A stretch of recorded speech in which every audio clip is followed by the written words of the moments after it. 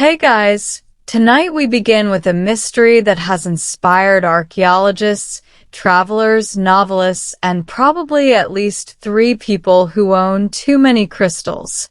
So dim the lights. Set your phone face down. Loosen your grip on modern responsibilities. And drift with me into the high desert of the American Southwest, where stone walls still catch the moonlight, roads still point toward distant horizons, and entire cities seem to ask one long, patient question. What happened to the ancestral Puebloans? Not vanished in a puff of smoke. Not swallowed by curses. Not abducted by tasteful extraterrestrials in silence-friendly spacecraft. No. The truth, as usual, is quieter than legend, and somehow much more interesting. Tonight we move through sandstone canyons, sun-baked mesas, dry riverbeds, and ceremonial plazas. We meet builders, farmers, astronomers, traders, parents, children, planners, potters, engineers, and people trying to get through another difficult season while the rain continued to be deeply uncooperative. Because history is often less about dramatic endings and more about communities managing stress for a very long time. So settle in. We begin before the great houses, before the famous ruins, before the roads. Long before tourists arrived wearing hiking sandals they had not emotionally prepared for. The story starts thousands of years ago in the Four Corners region of what is now the United States, where modern Arizona, New Mexico, Utah, and Colorado meet in a geometrically confident arrangement. This land can look harsh to outsiders. It is dry. It is exposed. Water is precious. Shade negotiates hard.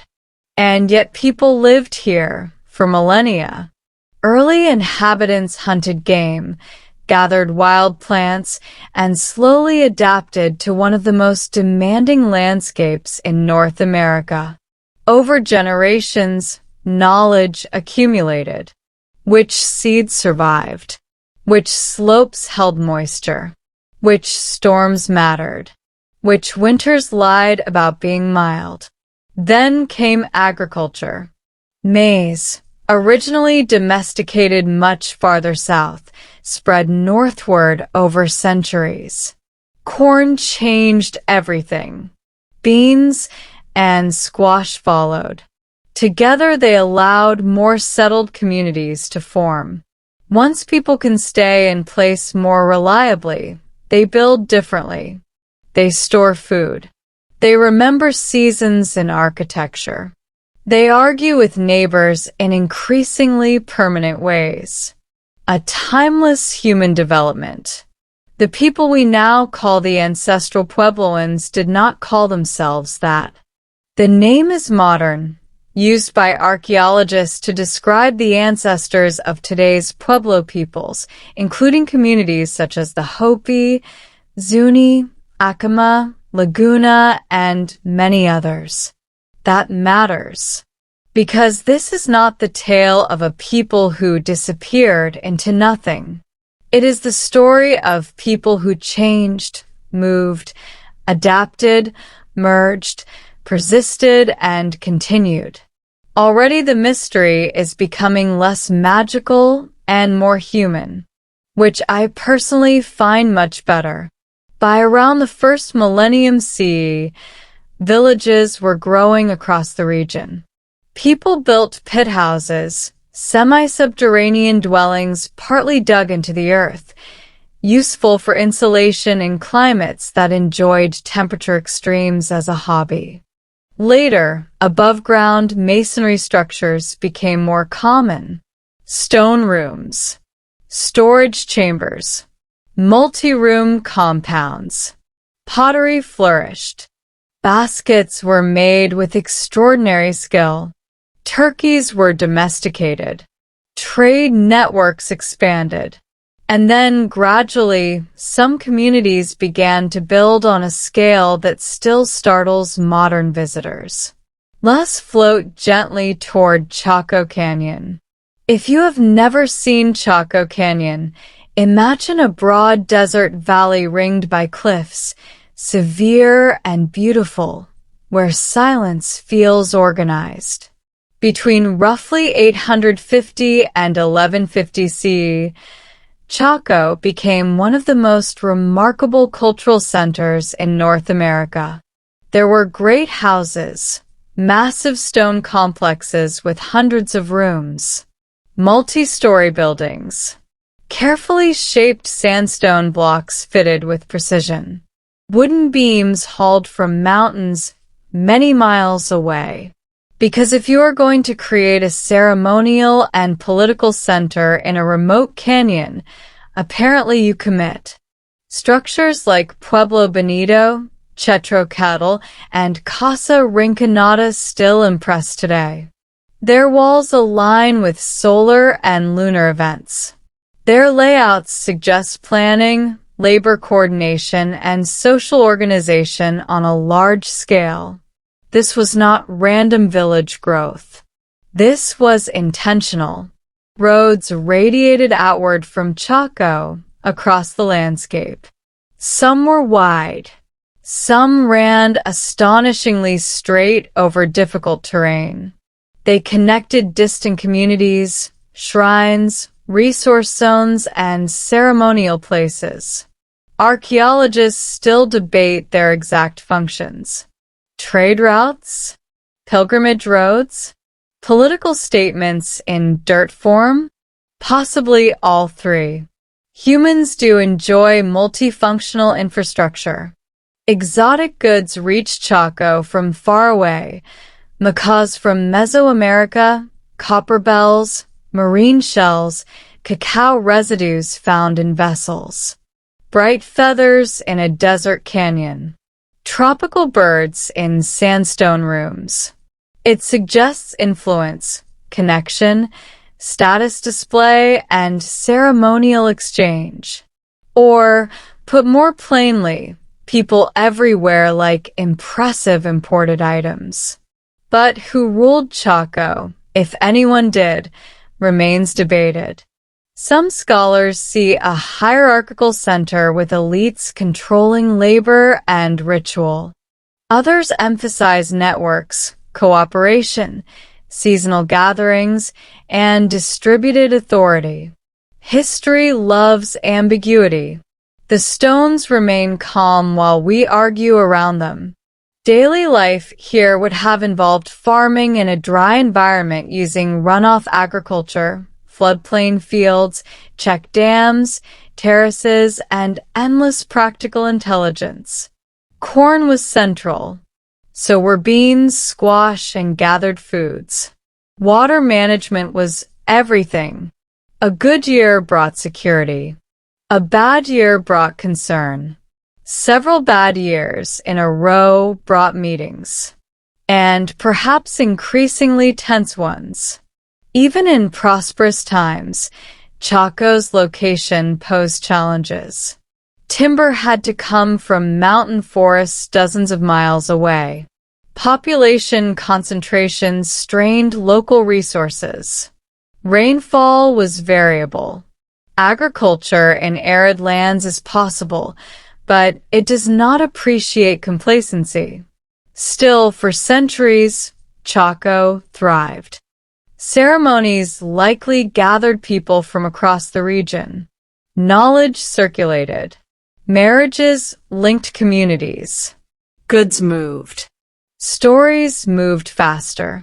Children grew up under towering masonry walls unlike anything their grandparents had known. Then slowly things began to change. This is where dramatic documentaries often lower the music and whisper nonsense. We will not do that. Instead, we will proceed at the speed of evidence. By the 1100s, construction in Chaco declined. Some great houses were modified or partially abandoned. New regional centers emerged elsewhere, such as Aztec ruins to the north, despite the misleading later name, which has nothing to do with the Aztec Empire. A common historical problem. One group names another group's ruins centuries later, and confusion begins its long career. Triering data, one of archaeology's finest tools, reveals periods of severe drought in the southwest. One especially significant drought lasted from 1130 to around 1180. That is a very long time when your food depends on rain. Crop failures likely increased. Water sources became unreliable. Stored reserves mattered more. Social tensions may have risen. Migration pressures probably increased. No thunderous collapse required. Just seasons stacking badly. Communities under stress often reorganize. Some families leave first. Others stay longer. Ceremonial centers lose pull when practical survival becomes harder. Political systems that seem stable during abundance can become less convincing when everyone is hungry. Strangely enough, this pattern repeats often. By the late 1100s and 1200s, populations shifted to other regions. The Mesa Verde area, the Rio Grande Valley, the Little Colorado drainage, and beyond. People did not vanish. They relocated. Some built cliff dwellings in places like Mesa Verde, beautiful stone settlements tucked into alcoves beneath overhanging cliffs. These sites fascinate modern audiences because they look cinematic. But cliff dwellings were not fantasy castles. They were homes, storage areas, defended locations, and responses to changing times. Perhaps security concerns increased. Perhaps communities wanted concentrated living arrangements. Perhaps cliff alcoves offered environmental advantages. Likely several reasons at once. Human choices are annoyingly complex. Meanwhile, pottery styles changed. Architecture changed. Settlement patterns changed. Trade routes shifted. Ritual practices evolved. This is what continuity often looks like from an archaeological distance. Not sameness, but transformation. And yet the phrase, the disappearance of the ancestral Puebloans, persisted because ruins feel lonely to outsiders. We see empty buildings and assume endings. But empty buildings are usually just evidence that people moved on. Modern Pueblo communities maintain oral histories describing migrations, sacred journeys, clan movements, obligations to place, and the settling of new homes. These traditions are not side notes. They are part of the historical record, even if they speak in forms different from excavation reports. Archaeology gives beams, seeds, pottery shards, walls. Oral tradition gives memory, meaning, relationship. A wise historian listens to both. Now, before we drift onward, let us pause in the moonlit canyon, not dramatically, just administratively. The old question was, why did they disappear? The better question is, why did they move, and how did they endure? Because the first question centers ruins. The second centers people. And people, inconveniently for mystery marketing, are usually still there. In the next part, we'll wander into drought cycles, social strain, migration routes, cliff cities, and the very human habit of leaving when staying no longer makes sense. A lesson as old as history, and often as sensible. Welcome back. Settle deeper into the pillow.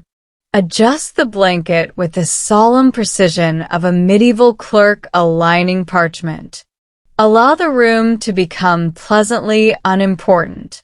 Tonight we continue across the high desert, where clouds gathered opinions but not always water, and where entire communities had to make decisions with incomplete information, limited resources, and neighbors who were probably also stressed. So, in other words, politics. When we left Chaco Canyon, the great houses were quieter than before. Construction had slowed. Populations were shifting. Ceremonial gravity was changing. Now we ask one of the least glamorous but most powerful questions in history. What happens when the weather becomes unreliable? For agricultural societies, climate is never background scenery. It is management, risk, mood, timing, labor, and destiny wearing a dust coat. The ancestral Puebloans farmed in an arid and variable environment. This was never easy farming. It was skilled farming. There is a difference. Easy farming is dropping seeds into generous soil beside a reliable river and later acting proud. Skilled farming is reading runoff channels, storing moisture, selecting hardy seed strains, timing planting with care, and understanding 50 subtle signs that outsiders would miss completely. Southwestern farmers developed check dams, terraces, waffle gardens, stone alignments, and floodwater farming methods designed to hold precious moisture where it could matter. They were not passively enduring the desert. They were intelligently negotiating with it. But even brilliant adaptation has limits. Triering science, dendrochronology, a word that sounds like a wizard's certification, allows researchers to reconstruct rainfall patterns and drought years with remarkable precision. Trees grow wider rings in favorable years and narrower rings in stressful ones. So forests, unlike many governments, keep records. Those records show repeated drought cycles across the Southwest. Not one bad summer. Not one inconvenient dry spell. Decades of strain. Imagine planning seed use when rains may fail. Imagine storing food while wondering if next year will be worse. Imagine feeding children through a second poor harvest, then a third. Now, imagine doing this while tied into a social system built during better times. Large ceremonial centers like Chaco may have depended on flows of labor, tribute, participation, or seasonal gathering from surrounding communities. That sort of system can function well when harvests are decent. When harvests fail, people often become newly interested in local priorities. Suddenly hauling timber 40 miles for monumental architecture may lose its sparkle. Traveling to ceremonies might feel less urgent than repairing terraces, guarding stores, or finding relatives in wetter districts. History repeatedly demonstrates that ideology is strongest when granaries are cooperative. This does not mean Chaco collapsed overnight. That phrase belongs mostly to television producers and people who need thumbnails. More likely, influence thinned gradually. Attendance fell. Projects stalled. Authority became negotiable. Some leaders remained respected. Others perhaps discovered that charisma cannot be boiled into porridge. Communities adapted unevenly. Some villages may have endured dry years through storage, exchange, and mobility. Others likely struggled harder. Some regions retained productivity longer than others. In drylands, local geography matters intensely. One canyon may receive runoff, while another waits politely for nothing. So migration would not have happened as one dramatic wave. It would have happened family by family, household by household. A brother leaves first to join cousins elsewhere. A daughter marries into another settlement. Two households decide the fields are failing. An elder resists moving because ancestors are buried nearby. Another says ancestors probably prefer everyone alive. And there, in that gentle disagreement, lies real history. Archaeology often reveals movement through changing pottery styles, abandoned rooms, new construction elsewhere, shifts in trash deposits, altered diets, and fresh settlement clusters. Not glamorous clues, but reliable ones. You can learn astonishing things from where people threw broken bowls. As Chaco waned, other centers rose. One of the most significant was in the San Juan Basin near what is now called Aztec Ruins National Monument. Again, not Aztec. Merely a later naming accident that has confused generations with great stamina. This northern center shows architectural ties to Chaco traditions, great houses, planned layouts, ceremonial spaces. It may represent continuity, relocation of influence, or new leadership building with inherited prestige forms.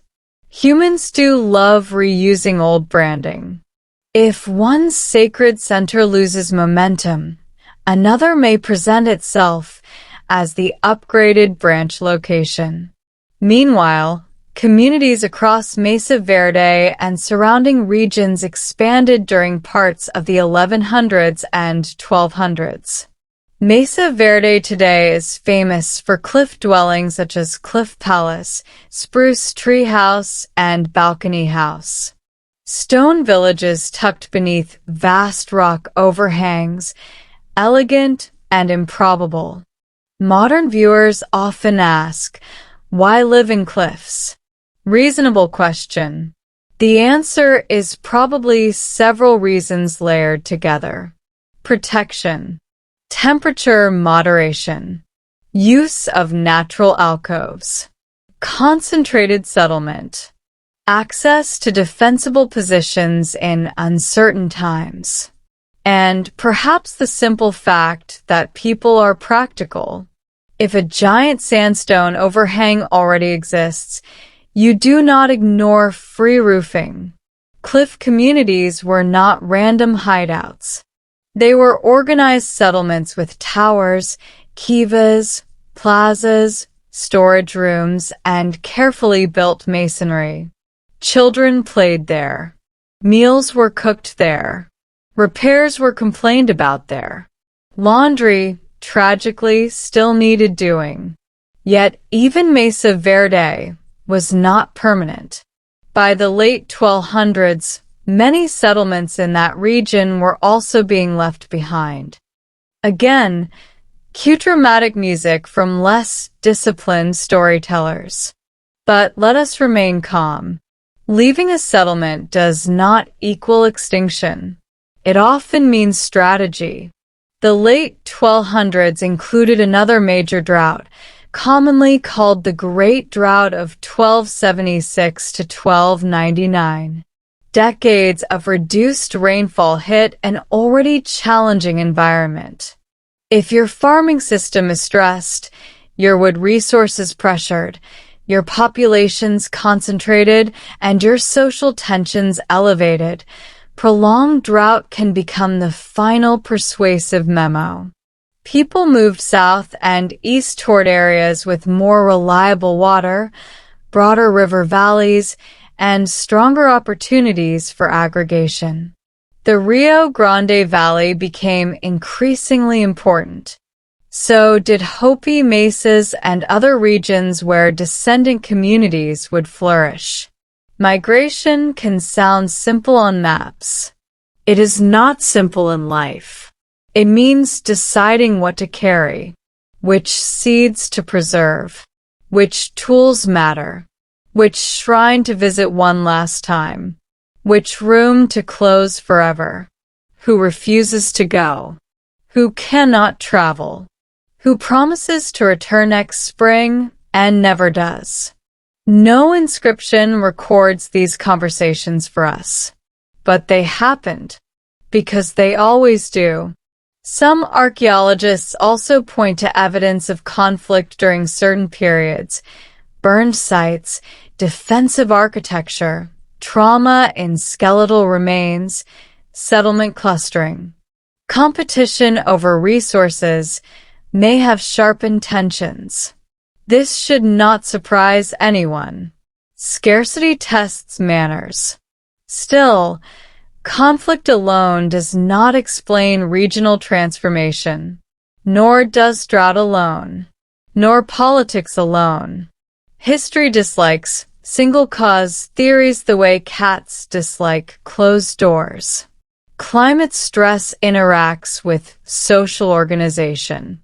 Population pressure interacts with resources. Belief systems interact with disappointment. Trade disruptions interact with local insecurity. One problem weakens resilience against the next. Then the next arrives promptly. There is also the matter of forests. Chaco construction required immense quantities of timber for roofs and floors. Beams came from mountain ranges many miles away, hauled without draft animals or wheeled carts. An extraordinary achievement. Also exhausting. Local deforestation and fuel pressure likely affected some regions over time. Wood scarcity changes cooking, heating, building, and transport costs. It is rarely dramatic enough for legends, but powerful enough for daily life. The environment was not empty wilderness either. It was managed, used, known, and altered by human action for centuries. This matters because older narratives sometimes imagined ancient peoples simply at the mercy of nature. In reality, people shape landscapes while landscapes shape people back. A very old argument, and usually a draw. Now, let us glide toward another common misunderstanding. People often picture the Ancestral Puebloans as a single centralized civilization with one fate. They were not. They were many communities across a vast region over many centuries, connected by language families, trade, ritual patterns, architecture, and ancestry, but also distinct and changing. Some villages rose while others declined. Some traditions spread while others localized. Some people moved early. Others stayed long after neighbors left. There was no switch labeled civilization off. There were thousands of choices. That is less tidy. And much more true. Modern Pueblo peoples preserve migration histories in which clans journeyed, paused, split, reunited, tested places, fulfilled spiritual obligations, and eventually settled where they remain today. From that perspective, movement was not failure. It was purpose, even sacred duty. That lens matters deeply. Outsiders often see abandonment where insiders see transition. Ruins can look tragic to tourists. To descendants, they may be ancestral stations in a longer story. So when we ask why the Ancestral Puebloans disappeared, we are often revealing our own preference for buildings over people. Stone walls stayed. Families moved. Guess which one counts more? In the next part, we'll wander into daily life inside these communities. Food, family structure, rituals, architecture, and the ordinary routines that continued right up until change arrived. Because even during eras we later label mysterious, someone was still grinding corn before sunrise. And someone else was still avoiding chores with remarkable creativity. Welcome back. Get comfortable again. Rotate once like a thoughtful rotisserie chicken beneath the blanket. Find that exact sleeping position that will stop working in 12 minutes. Tonight we leave behind the broad sweep of drought charts and migration maps for something quieter. We step into daily life. Because whenever ancient societies are discussed, there is a temptation to focus only on monuments, collapse, rulers, and dramatic endings. We become fascinated by stone walls and forget the people who swept those floors. Someone always swept the floors, even in history, especially in history. The ancestral Puebloan world, spread across centuries and landscapes, included many different communities. Customs varied by region and time. No single village can represent them all, but archaeology, oral tradition, and careful research allow us to glimpse the rhythms of ordinary existence. And ordinary existence, as it turns out, was busy. We begin at dawn. The desert morning can be cold, especially at elevation. Night gives way slowly. Light reaches mesas, then canyon rims, then lower settlements. Smoke begins to rise from hearths. People wake early because agriculture does not honor sleeping in.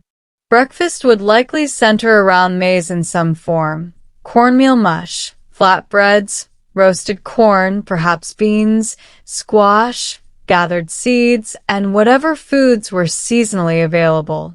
Diet changed by place and season, but maize was central enough that it shaped labor, storage, ceremony, and time itself. Corn was not merely food. It was structure. To modern people, this may sound repetitive. Another cornmeal? Again? Yes. And before judging, remember how many of us consume wheat in 17 disguises and call it variety. Women in many Puebloan communities likely played central roles in food processing, household management, pottery production, textile work, and transmission of practical and ceremonial knowledge. In several later Pueblo societies, descent and property traditions were matrilineal or matrilocal, meaning family lines and residence patterns often centered women's households. Exact ancient arrangements varied, and scholars are careful about projecting later systems backward too neatly.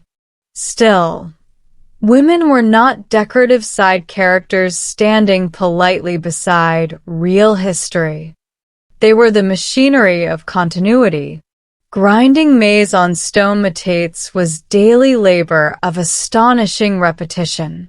Kneeling, pushing, lifting, crushing grain into meal. Hour after hour.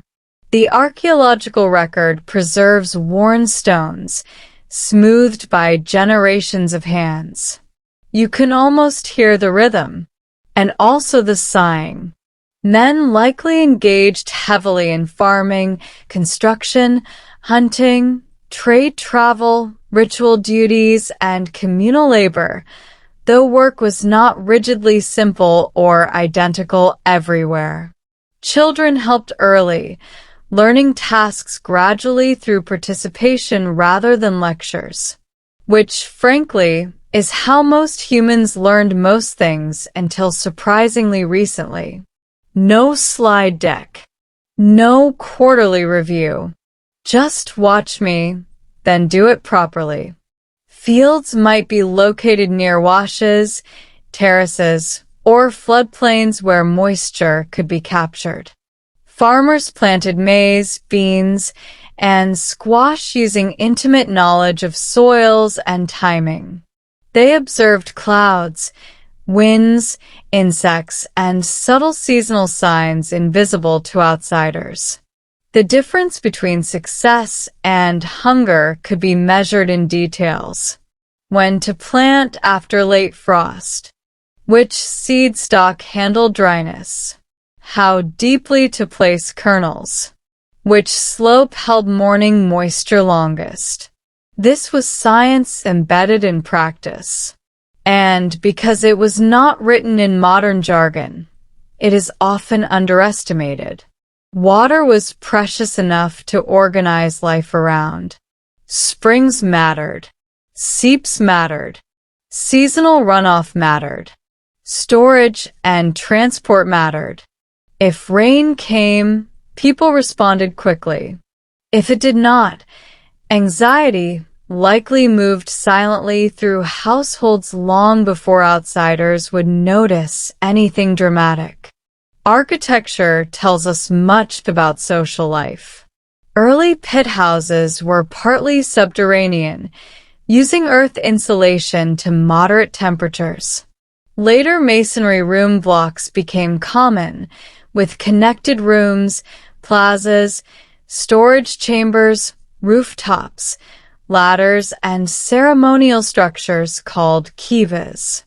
Kivas are circular or rectangular subterranean or semi-subterranean spaces associated with community and ritual life. Their exact uses varied by time and place, but they were important social spaces. Not mysterious alien chambers. Just to save us all time. A village might include family rooms for sleeping and domestic tasks, storage rooms for maize, outdoor work areas, plazas for gatherings, and kivas for ceremony and decision-making. Imagine children racing between ladders, dogs underfoot, turkeys making their usual contribution of noise and questionable judgment, neighbors noticing everything. Walls in ancient villages were thick, but gossip has always found doors. Pottery was both art and utility. Bowls, jars, pitchers, storage vessels, ceremonial wares. Styles changed over centuries and differed by region, but many examples display extraordinary design sense. Black-on-white geometric patterns, later polychrome traditions, carefully balanced forms. A pot was not merely a pot. It stored harvests, carried water, served meals, marked identity, moved through trade networks, and if broken, became future archaeological evidence with no consent whatsoever. Basketry also reached high levels of craftsmanship, though organic materials survive less often than stone and ceramic. Sandals, mats, carrying baskets, cords, textiles, all formed the soft infrastructure of life. History tends to preserve palaces and bones. It owes more respect to baskets. Clothing likely included woven cotton where available, yucca fiber items, hides, sandals, cloaks, and seasonal layers. Cotton itself entered through trade and local cultivation in some areas. Bright feathers may have adorned ceremonial garments. So no, ancient life was not an endless parade of beige misery. People everywhere enjoy texture. Trade linked distant communities. Shells from coasts, copper items, parrots or macaws from the south, turquoise, pigments, crafted goods, and ideas moved across wide networks. Ideas often travel faster than cargo. One village adopts a pottery motif. Another borrows architectural style.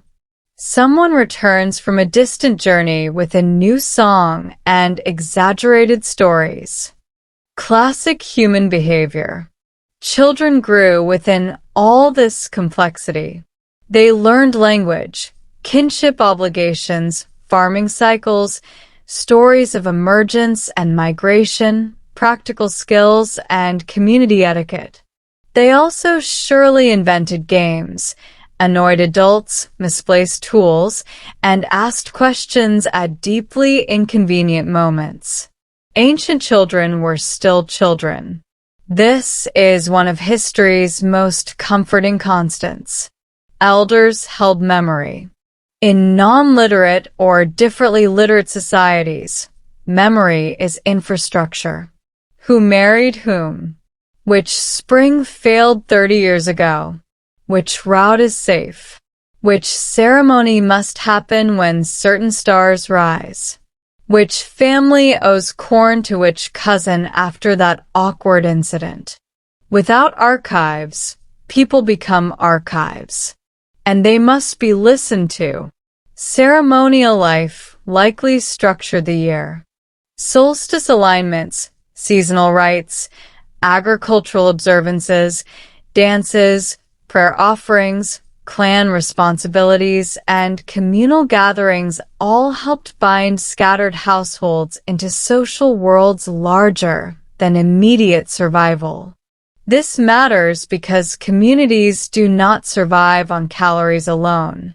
They survive on meaning. When modern people speak dismissively of ritual, they often mean rituals other than their own.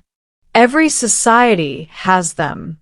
Some simply involve spreadsheets. At larger centers like Chaco Canyon, ceremonial gatherings may have brought visitors from many regions. Imagine arriving after days of travel to towering masonry buildings, crowded plazas, exchange opportunities, relatives you had not seen in years, marriages arranged, disputes negotiated, stories updated, obligations renewed. Pilgrimage, politics, family reunion, market fair, and spiritual observance in one event. Which sounds efficient and exhausting. Conflict surely existed too, though not as a constant cinematic war. Disputes over land, water, marriage ties, status, ritual authority, trade access, or insults no one fully forgot. The archaeological record suggests some defensive concerns in certain times and places. But most days were likely not battles. Most days were maintenance, repairing walls, patching roofs, grinding grain, weeding fields, carrying fuel, checking stores, finding the child who wandered off. Again, this is worth emphasizing. Ordinary life continues even in eras later labeled mysterious. When drought began intensifying in some periods, daily routines would not instantly stop. People still cooked breakfast, still mended sandals, still teased siblings, still held ceremonies asking for rain. Stress enters slowly. At first it is a smaller harvest, then thinner stores, then harder choices, then migration discussions no one wants to start. A family may remain because grandparents cannot travel easily. Another because their fields still produce enough. Another because leaving means entering someone else's territory. Another because hope is stubborn. Hope often stays longer than logic. And yet movement, when it came, required immense planning. Seeds must be carried. Tools selected. Pottery packed or left. Sacred objects protected. Routes chosen based on water and kin ties. Children managed, animals coaxed, promises made. This was not abandonment in the careless sense. It was relocation under pressure. Even the famous empty rooms of Mesa, Verde, or Chaco were not necessarily left in panic. Some spaces appear intentionally closed, sealed, or ritually concluded. People often mark endings carefully. They know a house is more than stone. Modern visitors sometimes ask why ancient people did not simply innovate their way out of drought, as if they had somehow forgotten to be clever. But they did innovate for centuries. Terracing, water capture, seed selection, mobility strategies, storage systems, social alliances, trade, settlement reorganization. Eventually, however, every adaptation meets conditions it cannot fully solve. Then mobility itself becomes the innovation. Leaving can be intelligent. Staying can be costly. Our era still struggles to admit this. By the time many northern settlements were depopulated in the late 1200s, descendants were building vibrant futures elsewhere, especially along the Rio Grande and on the Hopi mesas. So the story of disappearance is often just the story of outsiders failing to follow people after they moved. A surprisingly common historical mistake. In the next part, we'll drift into the ruins themselves, Chaco, Mesa Verde, Canyon de Chelly, and other places where architecture still speaks softly through stone, and where modern visitors, after 5 minutes of hiking, discover sudden respect for ancient labor. Classic human behavior. Children grew within all this complexity. They learned language, kinship obligations, farming cycles, stories of emergence and migration, practical skills, and community etiquette. They also surely invented games, annoyed adults, misplaced tools, and asked questions at deeply inconvenient moments. Ancient children were still children. This is one of history's most comforting constants. Elders held memory. In non-literate or differently literate societies, memory is infrastructure. Who married whom? Which spring failed 30 years ago? Which route is safe? Which ceremony must happen when certain stars rise? Which family owes corn to which cousin after that awkward incident? Without archives, people become archives, and they must be listened to. Ceremonial life likely structured the year. Solstice alignments, seasonal rites, agricultural observances, dances, prayer offerings, clan responsibilities, and communal gatherings all helped bind scattered households into social worlds larger than immediate survival. This matters because communities do not survive on calories alone. They survive on meaning. When modern people speak dismissively of ritual, they often mean rituals other than their own. Every society has them. Some simply involve spreadsheets. At larger centers like Chaco Canyon, ceremonial gatherings may have brought visitors from many regions. Imagine arriving after days of travel to towering masonry buildings, crowded plazas, exchange opportunities, relatives you had not seen in years, marriages arranged, disputes negotiated, stories updated, obligations renewed. Pilgrimage, politics, family reunion, market fair, and spiritual observance in one event. Which sounds efficient and exhausting. Conflict surely existed too, though not as a constant cinematic war.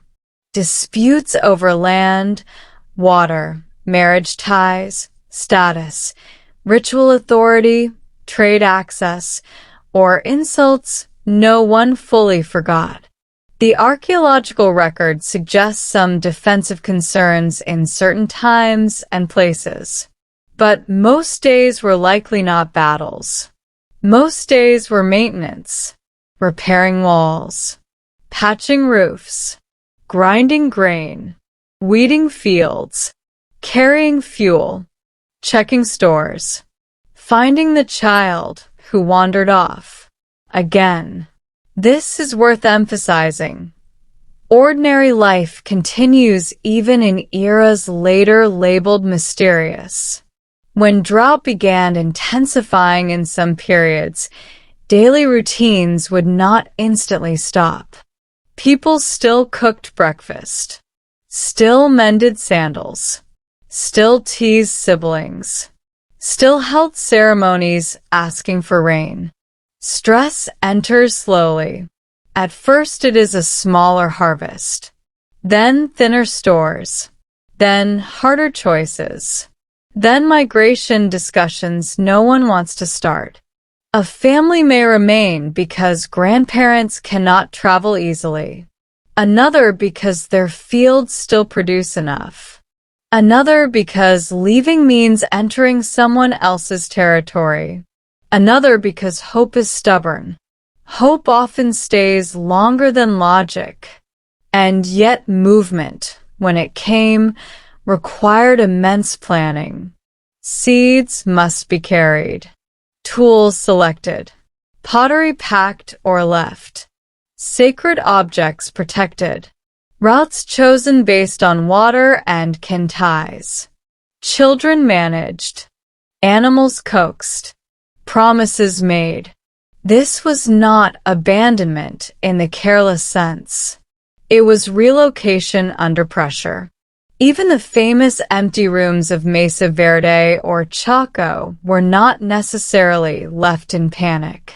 Some spaces appear intentionally closed, sealed, or ritually concluded. People often mark endings carefully. They know a house is more than stone. Modern visitors sometimes ask why ancient people did not simply innovate their way out of drought, as if they had somehow forgotten to be clever. But they did innovate for centuries. Terracing, water capture, seed selection, mobility strategies, storage systems, social alliances, trade, settlement reorganization. Eventually, however, every adaptation meets conditions it cannot fully solve. Then mobility itself becomes the innovation. Leaving can be intelligent. Staying can be costly. Our era still struggles to admit this. By the time many northern settlements were depopulated in the late 1200s, descendants were building vibrant futures elsewhere, especially along the Rio Grande and on the Hopi mesas. So the story of disappearance is often just the story of outsiders failing to follow people after they moved. A surprisingly common historical mistake. In the next part, we'll drift into the ruins themselves, Chaco, Mesa Verde, Canyon de Chelly, and other places where architecture still speaks softly through stone, and where modern visitors, after 5 minutes of hiking, discover sudden respect for ancient labor. Welcome back. Pull the blanket slightly higher. Nod respectfully at the ceiling. Accept that somewhere in the room there is a sound you cannot identify, and choose peace. Tonight we wander among ruins. Not in the dramatic sense. No torches. No ominous chanting.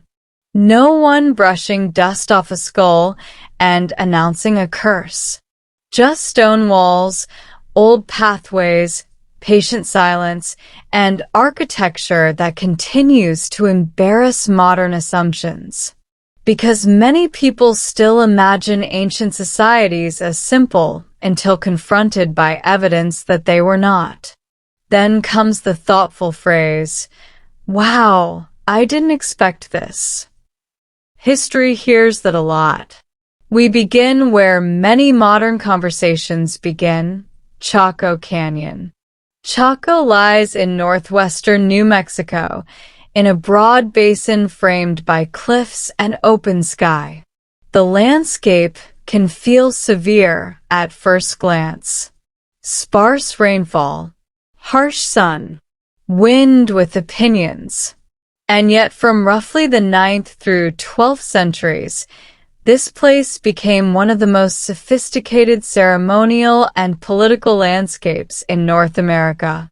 The famous Great Houses were enormous masonry complexes built with planning, labor coordination, and technical skill. Pueblo Bonito is perhaps the most iconic. D-shaped in plan, multi-storied, hundreds of rooms, plazas, aligned walls, carefully shaped sandstone veneers, timber roofs supported by beams hauled from distant mountains. A reminder that if enough people cooperate, they can achieve astonishing things. And if enough people do not cooperate, they can derail a neighborhood meeting. Pueblo Bonito was not a castle in the European sense. It was not a palace with one obvious king reclining dramatically nearby. Its functions likely included residence, storage, ceremony, administration, gathering, and social prestige. Different rooms may have served different purposes over centuries. Buildings, like people, accumulate identities. Nearby stood Quetzalcoatl, another immense great house with formal plazas and monumental scale. Casa Rinconada, one of the largest great kivas in the canyon, provided ceremonial space large enough to imply gatherings of substantial importance. Stand inside such places today, and one feels the geometry of intention. Nothing accidental about them. Doorways were shaped, walls were coursed, sight lines considered. Solar and lunar alignments may have mattered in some structures. Chacoan builders watched the sky with practical and ceremonial attention. Agricultural societies often do. If your calendar depends partly on seasons, astronomy stops being abstract hobby material. It becomes dinner planning. Then there are the roads. Chacoan roads stretched outward across the region, some broad and surprisingly straight, cutting across terrain in ways that still puzzle researchers. They linked outlier communities, shrines, resource zones, and perhaps pilgrimage routes. To modern eyes, they can seem strangely direct. Most of us are used to roads designed by committees, lawsuits, gradients, budgets, and 3 years of orange cones. These roads often appear to have been made by people who simply chose a direction and committed emotionally. Their exact use remains debated. Trade arteries? Symbolic connectors? Ceremonial routes walked during processions? Administrative infrastructure? Probably a mixture. Human systems rarely respect neat categories. Now, let us float northward to Mesa Verde. If Chaco impresses through scale and planning, Mesa Verde captivates through placement. There, communities built dwellings into cliff alcoves beneath massive sandstone overhangs. Structures rise from ledges as if grown from the rock itself. Cliff Palace is the most famous.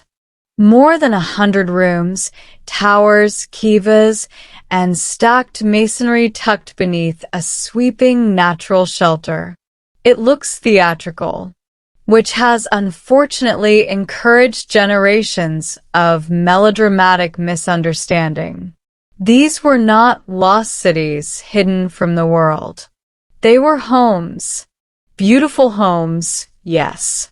Strategically placed homes, likely yes. But homes nonetheless. Meals were cooked there. Arguments were had there. Children were told not to climb that wall, and then climbed it immediately.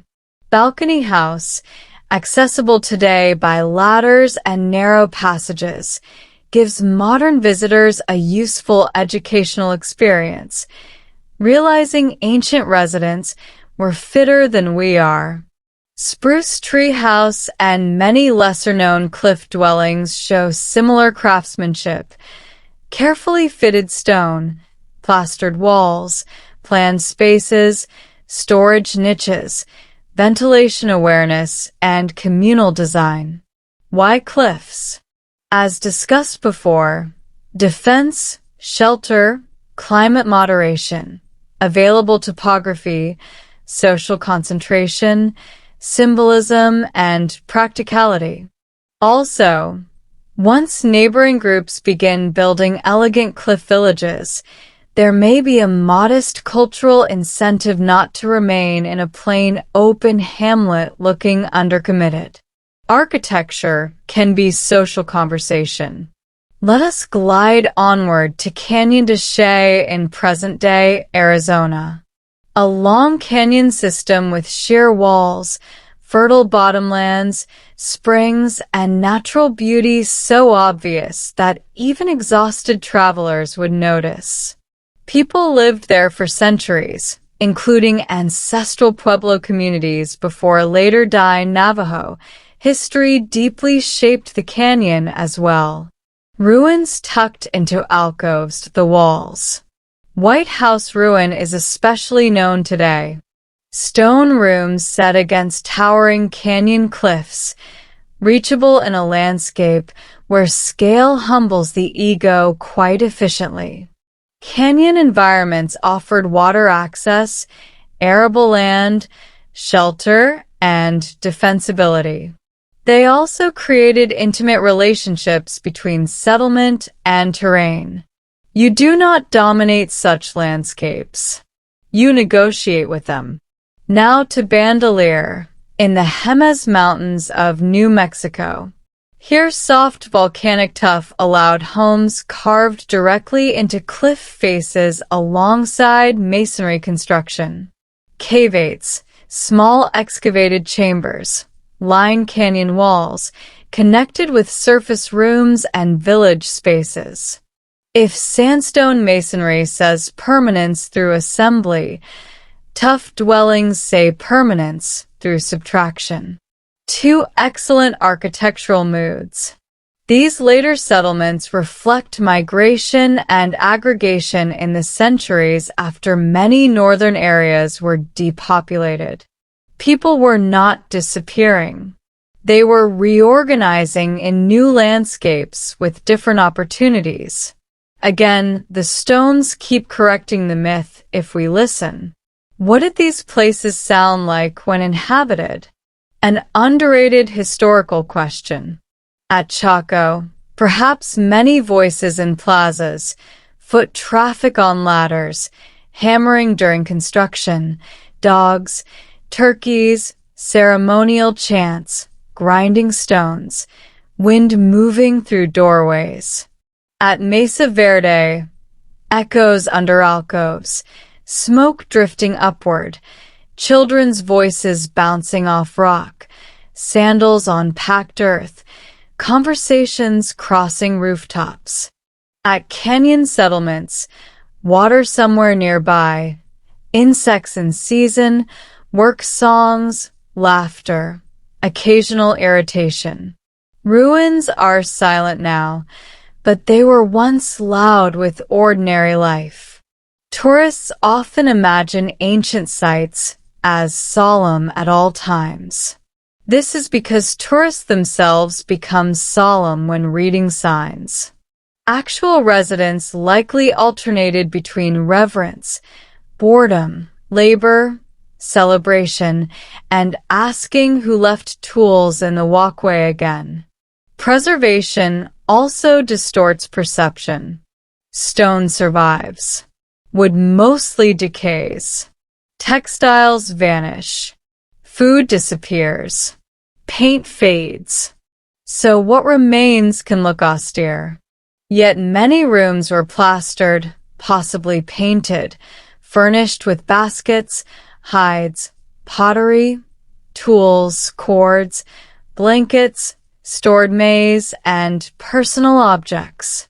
Not empty beige cubes. Lived spaces. Archaeology has also revealed evidence of repeated rebuilding, remodeling, wall closing, doorway changes, additions, and reorganization. Ancient settlements were not frozen masterpieces completed once and admired forever. They were maintenance projects. Any homeowner understands instantly. One room becomes storage. A doorway gets sealed. A roof needs repair. An uncle moves in temporarily. History becomes architecture. Now we should address the modern urge to rank sites. Which was greatest? Most advanced? Biggest? Most mysterious? A deeply contemporary pastime. The answer is that each site reflects different priorities. Chaco emphasizes regional integration, monumentality, ceremony, and network power.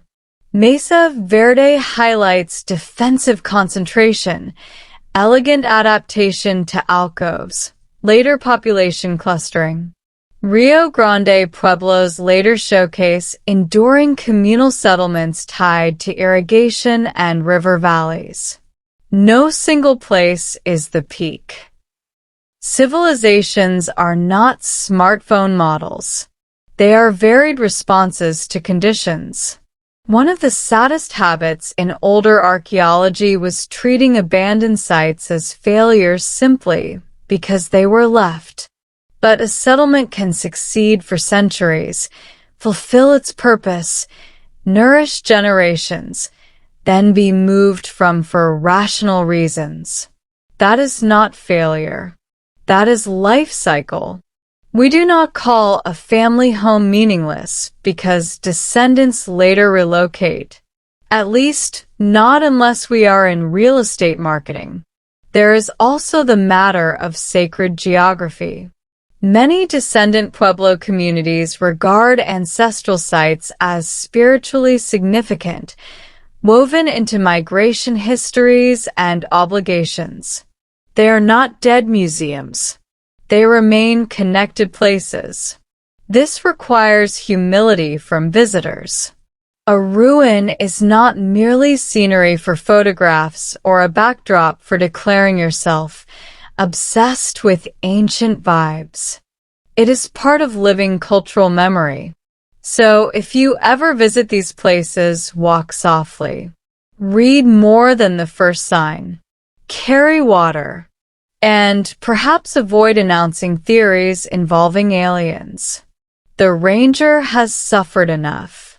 In the next part, we'll move into the older obsession with mystery itself, how the disappearance story was invented, why people loved it, and how archaeology slowly replaced romance with evidence. A process historians adore, and sensationalists deeply resent. Welcome back. Arrange yourself into maximum comfort. If one foot is too warm, this is now your central political issue. Handle it with dignity. Tonight we leave the ancient villages for a moment and study something equally revealing. Modern people, specifically, the strange and persistent habit of finding ruins, ignoring descendants, and announcing a mystery. Because the disappearance of the Ancestral Puebloans is not only a story about the past. It is also a story about how later societies chose to misunderstand that past. and they chose with confidence. When European and American explorers, settlers, soldiers, surveyors, antiquarians, and curious wanderers encountered monumental ruins in the Southwest during the 19th century, many were impressed. Some were respectful. Some were observant. Some immediately became nonsense factories. This, too, is an old tradition. They saw cliff dwellings, masonry towers, plazas, roads, pottery fragments, and great houses. They recognized skill and scale. But rather than asking living indigenous peoples what these places meant, many outsiders preferred dramatic speculation. Why? Several reasons. First, colonial societies often undervalued native knowledge while simultaneously borrowing native land, native routes, native agricultural insights, and native place names. An efficient hypocrisy. Second, ruins excite imagination. Empty buildings invite projection. If no one is standing in the doorway to interrupt you, you can invent nearly anything. Third, many 19th century thinkers were deeply attached to racial hierarchies. They struggled to accept that indigenous peoples, whom they stereotyped as primitive, could be linked to complex architecture and long historical continuity. So they created alternative stories. Perhaps a vanished superior race built the ruins. Perhaps Toltecs did it. Perhaps Aztecs did it. Perhaps Israelites, Welsh princes, wandering Egyptians, Atlantis commuters, or some other imported favorite. Because when evidence is inconvenient, fantasy often books early. The very name Aztec ruins, still attached to a major site in New Mexico, comes from this era of confusion. Settlers saw impressive architecture and assumed it must belong to a civilization they had heard of from farther south. Classic historical method. Guess loudly. In reality, the site was built by ancestral Pueblo peoples with cultural ties to Chacoan traditions, not the Aztec Empire. But names, once attached, can cling like burrs. Early excavations often made matters worse. Archaeology in its infancy was not always graceful. Some investigators were careful. Others were treasure hunters with notebooks. Burials were disturbed. Objects removed. Context destroyed. Rooms cleared dramatically while subtle evidence was discarded. Entire generations of artifacts entered museums through methods best described as enthusiastic and regrettable. Yet even amid these problems, evidence accumulated. Pottery styles showed continuity across regions and centuries. Architecture evolved rather than appearing suddenly from nowhere. Settlement shifts matched environmental pressures. Oral histories from Pueblo communities described migrations and ancestral places. Language, ceremony, and tradition connected living peoples to ancient sites. Slowly, patiently, the mystery shrank. Naturally, many people disliked this. Because communities adapted and moved over centuries, is accurate but less thrilling to those addicted to dramatic endings. There is a market for lost civilizations. There is less market for competent relocation strategy. And so, the disappearance myth endured. You can still see it in books, documentaries, tourist chatter, and the tone some people use when visiting ruins. They just vanished. No. They did not. You simply stopped following the story after the buildings emptied. This is a very common outsider mistake. Imagine future archaeologists finding abandoned suburbs and concluding modern people mysteriously disappeared, while ignoring the fact everyone moved to another city with better jobs and less mold. The buildings are not the people. Yet humans repeatedly confuse the two. The ancestral Puebloans were ancestors of living Pueblo peoples. Communities such as the Hopi, Zuni, Acoma, Laguna, Taos, San Ildefonso, Santa Clara, Cochiti, and many others preserve traditions rooted in deep time and migration histories tied to ancestral homelands. Continuity does not always look like static sameness. That is another modern misunderstanding. People imagine continuity means never changing houses, languages, alliances, pottery designs, farming methods, or settlement patterns. But continuity often means carrying identity through change. A family can move 3 times and remain a family. A people can migrate across centuries and remain themselves. This is not complicated, though it has somehow remained controversial in certain corners. Now, let us talk about archaeology's slow correction process. By the late 19th and 20th centuries, researchers increasingly used stratigraphy, dating methods, comparative ceramics, botanical remains, settlement surveys, and eventually tree-ring dating to reconstruct timelines. Tree-ring dating was revolutionary in the Southwest. Wooden beams from ancient buildings could reveal exact years when trees were cut. Imagine being a romantic mystery writer and then learning a scientist can tell you the roof beam was harvested in 1088. A difficult morning. Dendrochronology showed building booms, repair phases, drought periods, and shifting occupation patterns. Suddenly, broad narratives could be anchored in calendar years. No curse required. Environmental studies added more clarity. Pollen records, soil studies, pack rat middens, charcoal remains, faunal evidence, and hydrological research helped reconstruct changing landscapes.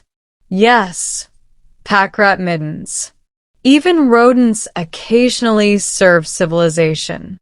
Researchers found evidence of drought cycles, resource pressure, forest use, agricultural adaptation, and regional variation. Social complexity could now be studied alongside climate stress rather than reduced to simplistic doom tales. At the same time, archaeologists increasingly recognize the importance of collaboration with descendant communities. This was overdue. Pueblo peoples were never absent from the story except in outsider writing. Their oral traditions place knowledge, ceremonial perspectives, and ethical concerns offered insight unavailable through excavation alone. A pot shard can tell you one kind of truth. A living tradition can tell you another. Both matter. Modern archaeology, at its best, works with communities rather than treating them as decorative afterthoughts to their own history. At its worst, it still occasionally needs supervision. There is also a broader lesson here about language. Terms like collapse, abandonment, and disappearance can mislead when used carelessly. A city may empty while a society continues elsewhere. A political center may fail while households adapt. A region may depopulate while another gains migrants and vitality. When Rome's Western Empire fragmented, people did not evaporate. When Maya cities declined, Maya peoples continued. When Chaco quieted, descendants carried on. Ruins tempt us to narrate endings. Lives usually continue off-camera. Popular culture, however, adores endings. Entire channels, books, and documentaries survive by whispering phrases like, "What they discovered changes everything." Usually it changes very little.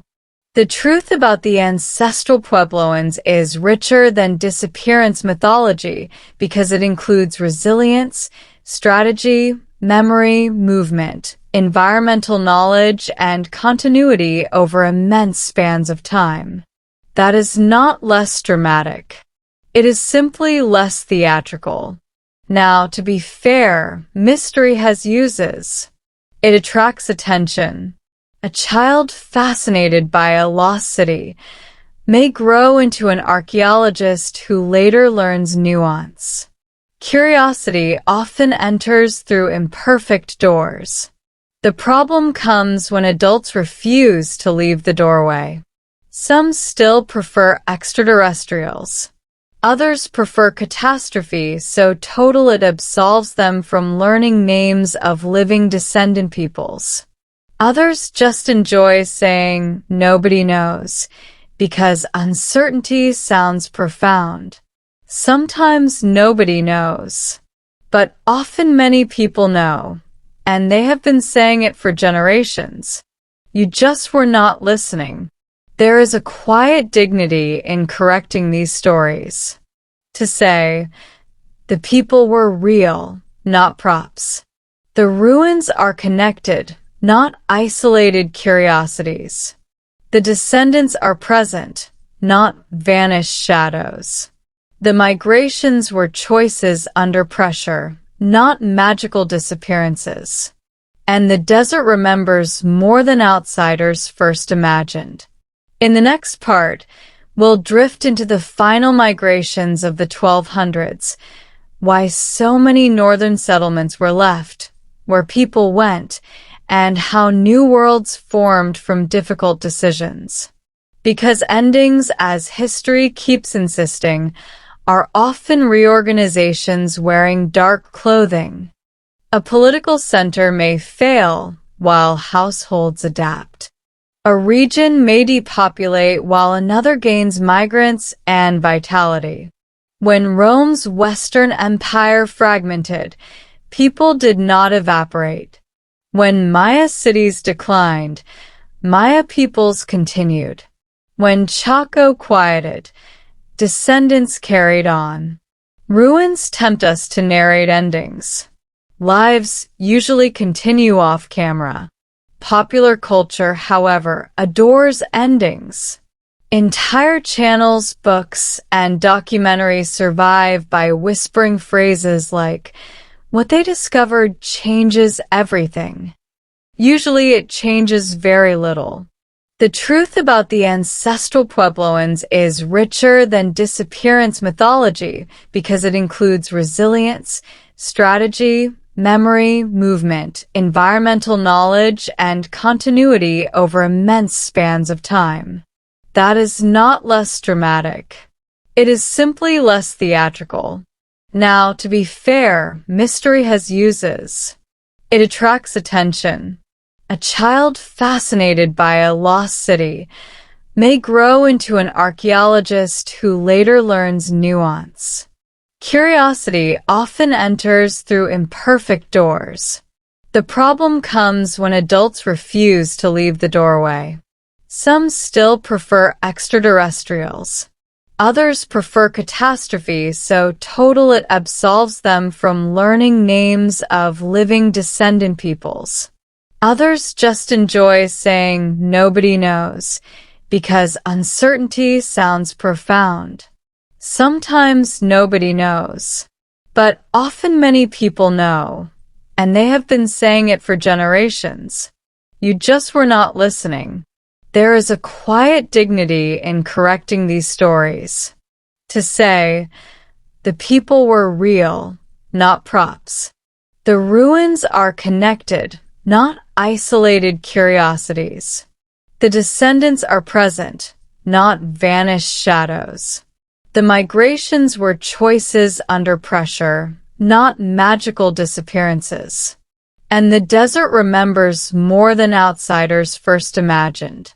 In the next part, we'll drift into the final migrations of the 1200s, why so many northern settlements were left, where people went, and how new worlds formed from difficult decisions. Because endings, as history keeps insisting, are often reorganizations wearing dark clothing. A political center may fail while households adapt.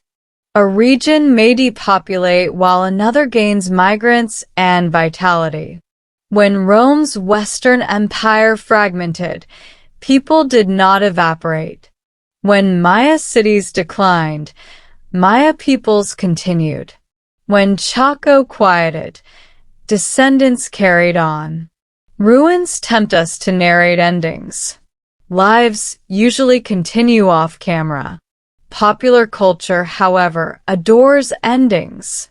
Entire channels, books, and documentaries survive by whispering phrases like, "What they discovered changes everything."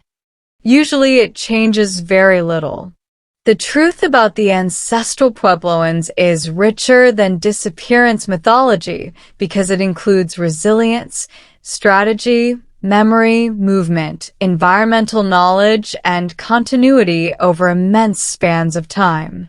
That is not less dramatic. It is simply less theatrical. Now, to be fair, mystery has uses. It attracts attention. A child fascinated by a lost city may grow into an archaeologist who later learns nuance. Curiosity often enters through imperfect doors. The problem comes when adults refuse to leave the doorway. Some still prefer extraterrestrials. Others prefer catastrophe so total it absolves them from learning names of living descendant peoples. Others just enjoy saying nobody knows because uncertainty sounds profound. Sometimes nobody knows, but often many people know, and they have been saying it for generations. You just were not listening. There is a quiet dignity in correcting these stories. To say, the people were real, not props. The ruins are connected, not isolated curiosities. The descendants are present, not vanished shadows. The migrations were choices under pressure, not magical disappearances. And the desert remembers more than outsiders first imagined. In the next part, we'll drift into the final migrations of the 1200s, why so many northern settlements were left, where people went, and how new worlds formed from difficult decisions. Because endings, as history keeps insisting, are often reorganizations wearing dark clothing.